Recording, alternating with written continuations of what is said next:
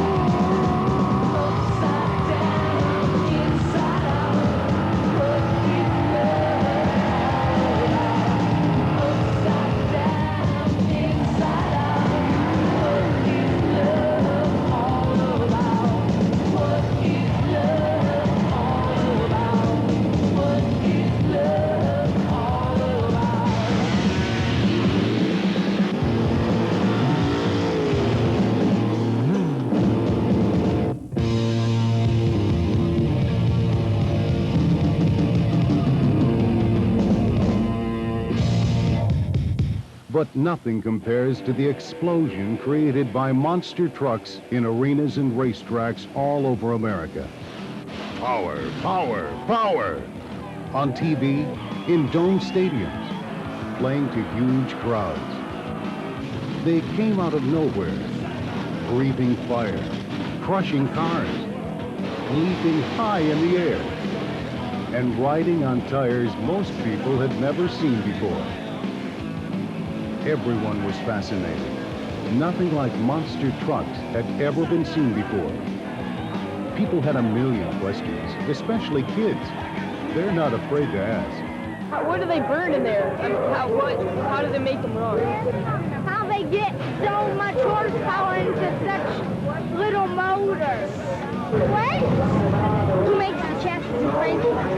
I want to know where they get the tires. Oh, are you supposed to be when if you at the master truck? What? How they steer them. Where do they come from? Like, who makes them? How much air does it take in a tire? How do they determine the winner? Where the drivers get the money to afford these vehicles. How can they afford it?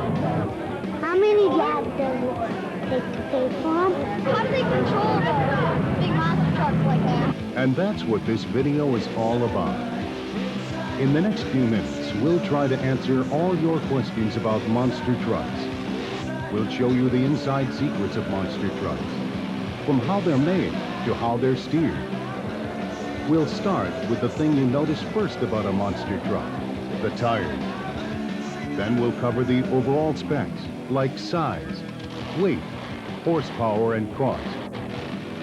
Next is steering and the hydraulic systems that move the huge tires. Most monster trucks have four-wheel steering. Without superior suspension, you can't steer. So we'll look at more shocks and springs than you've ever seen on any truck. Monster trucks have to stop on a dime, especially indoors. With tires that big, it's a Herculean task, solved with some very clever engineering. The body, and especially the frame, may appear to be built from scratch, but in fact, they may be the most standard part of the monster. Then we'll crawl inside monster truck engines. The engines come in the widest variety of any part of a monster truck. They burn gas or alcohol and range up to 1,800 horsepower. Delivering all that horsepower to those huge tires is the job of the drivetrain. As with most things on monster trucks, it's a mixture of the ordinary and the exotic. And finally, we'll watch race preparation as the drivers and mechanics get everything ready for side-by-side, car-crushing monster truck racing. So let's get started learning the secrets of monster trucks and what makes these monsters move up, over, and through everything in sight.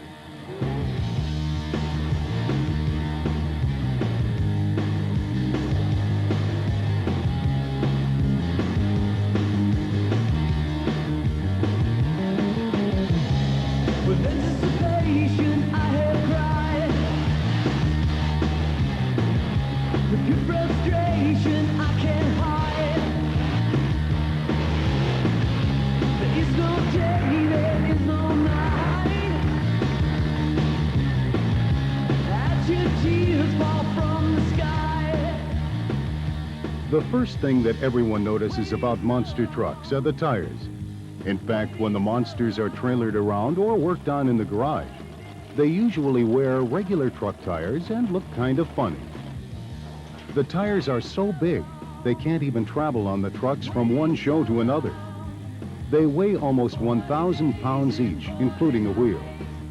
That's about 2 tons of tire on each monster truck. And each tire is 66 inches tall. That's over 5 feet in diameter. The wheel rim is over 2 feet, and each tire is 43 inches wide. They're called flotation tires and come from those huge Terragator farm machines that are used to spread liquid fertilizer. They're called flotation tires because they float over the fields without damaging any crops. Monster trucks use them because they're tough and absorb the tremendous shocks created when monster trucks take 20 feet of air and land on a row of cars, shattering glass and scattering sheet metal in all directions. Of course, sometimes not even these tires are tough enough. The huge tires don't use much air pressure. Most drivers carry about 6 to 8 pounds in each tire. If the event is on concrete, the tire pressure is increased to 10 pounds or more. This creates less tire compression and provides more control. It also keeps the truck from bottoming out on the hard floor when it lands. A good set of tires can last several years, unless, of course, you hit the cars just right or wrong. That's important, since the tires cost over $1,500 each. That's more than $6,000 for a set, not including the spare, or $350 for each wheel.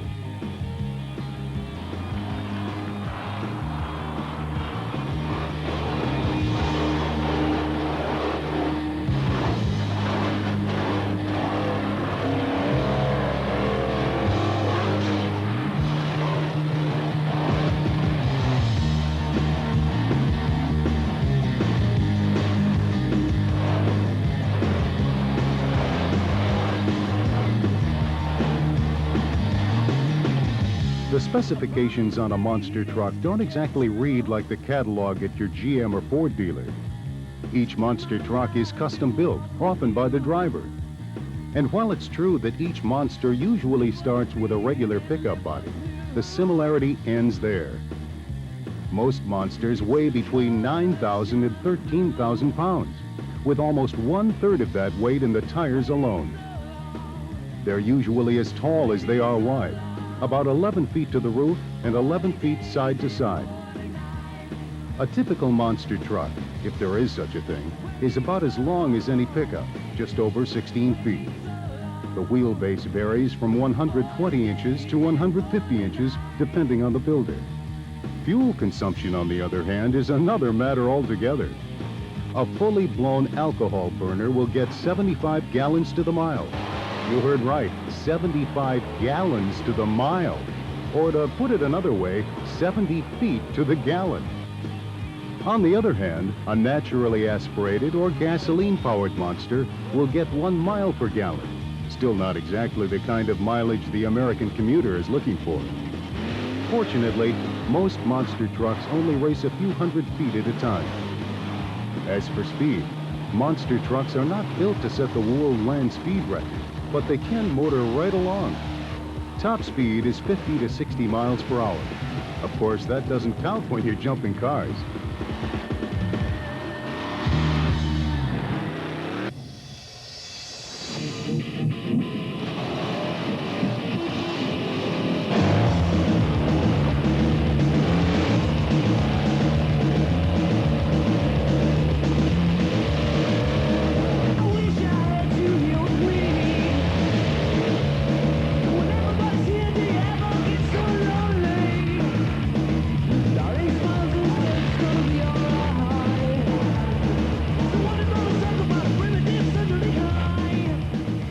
The steering wheel on a monster truck looks like a pickup steering wheel. As a matter of fact, it is. The steering wheel is only part of the actual steering mechanism. Power steering on the front is normal hydraulic steering for a heavy-duty truck like an 18-wheeler. There's a separate reservoir and pump.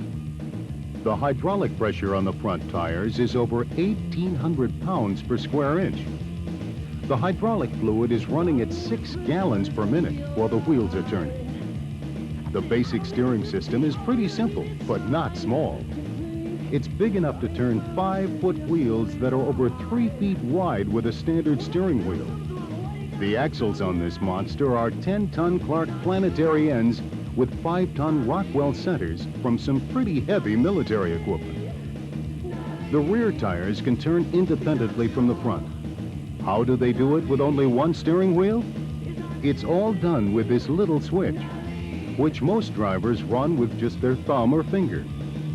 It activates an electric motor, which in turn runs the hydraulic steering, this time in the rear. Because there's less weight, it only takes 1,400 pounds of pressure per square inch to turn the rear wheels. All suspensions used to be leaf springs. Now the newer trucks are going to coil, big coil springs. Since they don't build shock absorbers that are big enough and can still fit a pickup, you need more than one. How about 4 or 5 for each wheel? While the newer coil springs provide better control because they generate better travel, they also create more travel. These heavy-duty straps stop the suspension travel from going too far. The way these monsters can bounce around, they could bounce right out of their frames.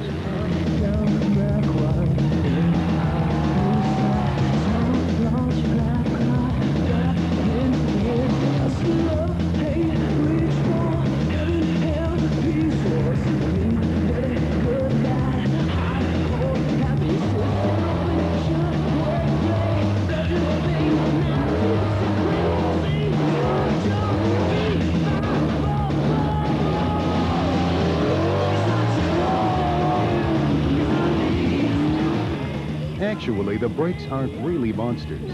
They're just really clever. On most vehicles, the brakes are on the wheels, whether disc or conventional shoe. But can you imagine the size of the disc that would be necessary to stop a wheel this big? It's been estimated to take a 3-foot disc brake.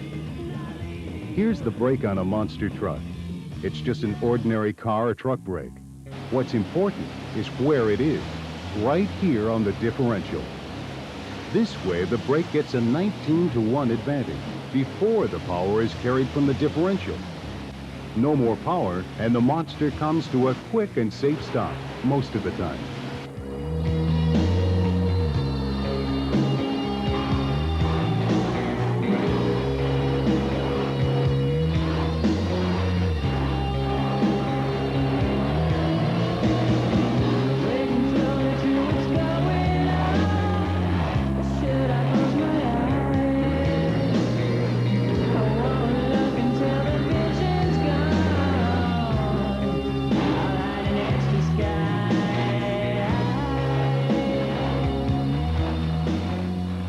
Most monster trucks start their lives like any ordinary pickup truck. They're usually 3/4 or 1-ton models.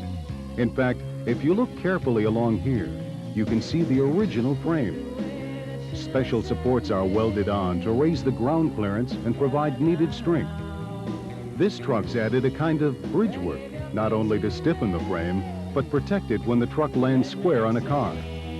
The bodies are unchanged from stock, except for 3 things. First, there's no bed in the back. Monster trucks aren't used much for hauling, so why carry the weight? Besides, this way it's easier to get to the fuel tanks.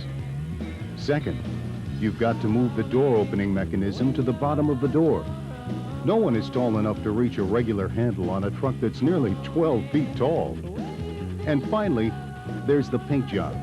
Some monsters, like Master of Disaster, use beautiful graphics, all hand-painted and lacquered for shine and protection. For safety, all monster trucks have roll cages and very heavy-duty seat belts. You can get really bounced around inside these trucks, even when you're careful.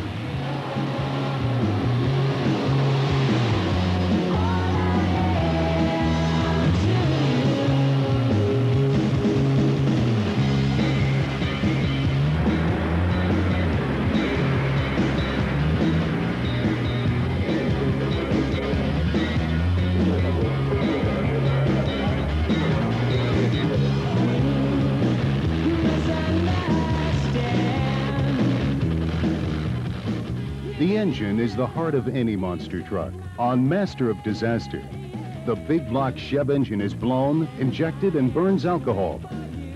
Its 572 cubic inches delivers almost 1,800 horsepower to all 4 wheels.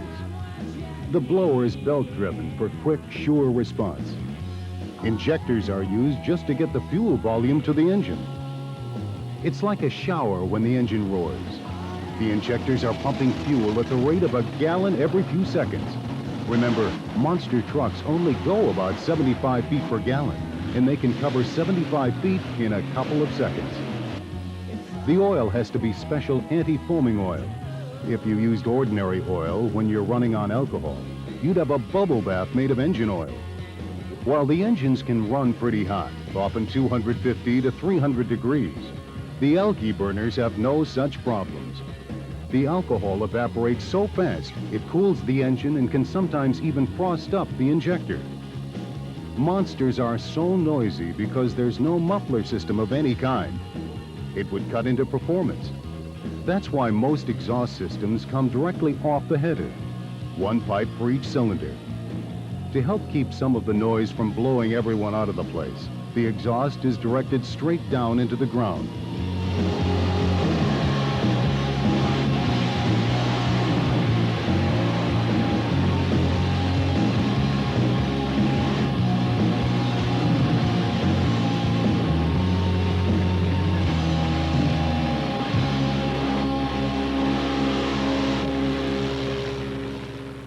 With 4-wheel drive and 4-wheel steering, delivering power to the wheels is no simple matter in a monster truck. The transmission itself is simple enough, usually from the original truck or even a car.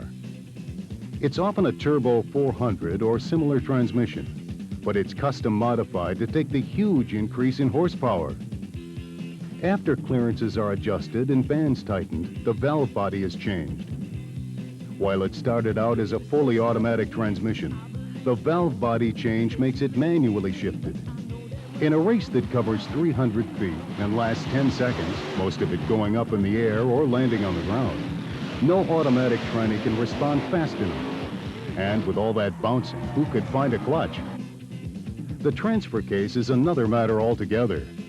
This one is air shifted and came off a 6x6 military truck. It can take the strain.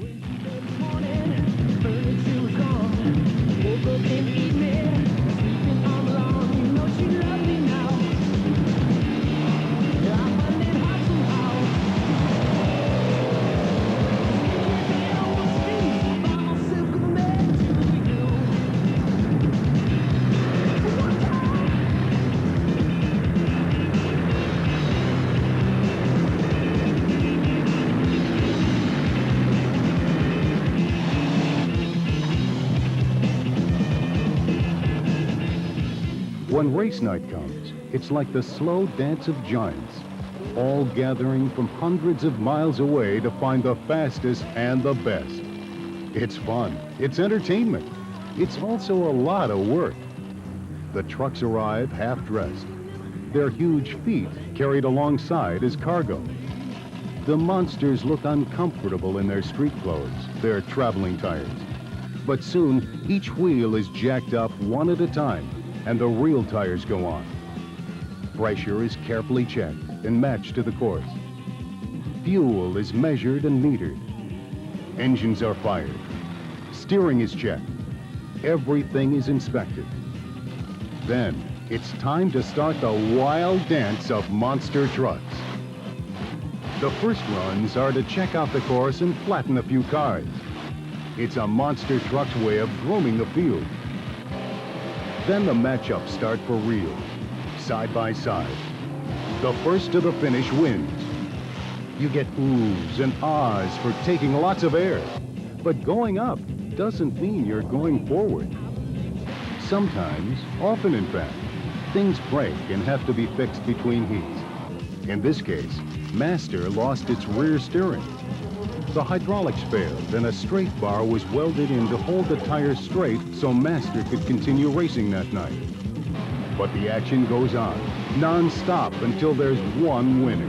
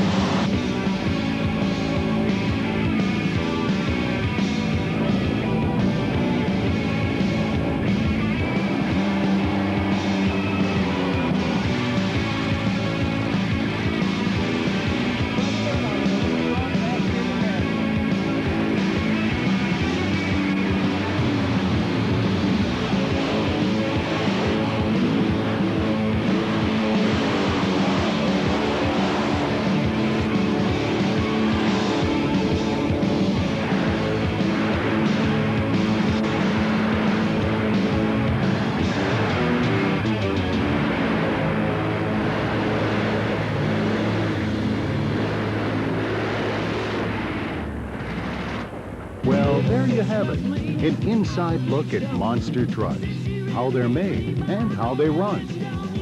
Next time you see the monsters in action, maybe it'll be more fun and interesting. We sure hope so.